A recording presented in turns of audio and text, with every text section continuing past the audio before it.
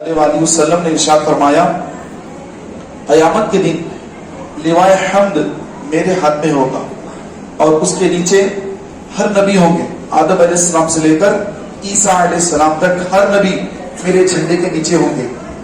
اور قیامت کے دن لوگ ہر نبی کے پاس جائیں گے لیکن ہر نبی یہی کہے گا کہ اذهبوا الی غیری. اور جب میرے پاس آئیں گے تو میں کہوں گا انا لہا، ہاں میں تمہاری شفاعت فرماؤں گا. تو یہ اعزاز یہ ہر نبی کہہ رہے ہیں کہ اذهبوا الی غیری، اور سرکار فرما رہے ہیں انا لہا.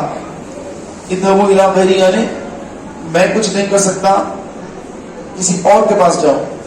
یہ ہر نبی کہہ رہے ہیں کہ قیامت کا جب دن ہوگا، سورج سوا میل پر ہوگا، زمین تانبے کی ہوگی اور بے انتہا گرمی ہو رہی ہوگی، لوگوں کی زبانیں سوکھ کر کانٹا ہو چکی ہوگی، اور ایسی حالت میں لوگ چاہیں گے کہ اللہ تعالیٰ ہمارا حساب لے لے اور معاملہ ختم ہو جائے. تو کیا کریں؟ تو لوگ ڈھونڈتے ڈھونڈتے آدم علیہ السلام کے پاس جائیں گے.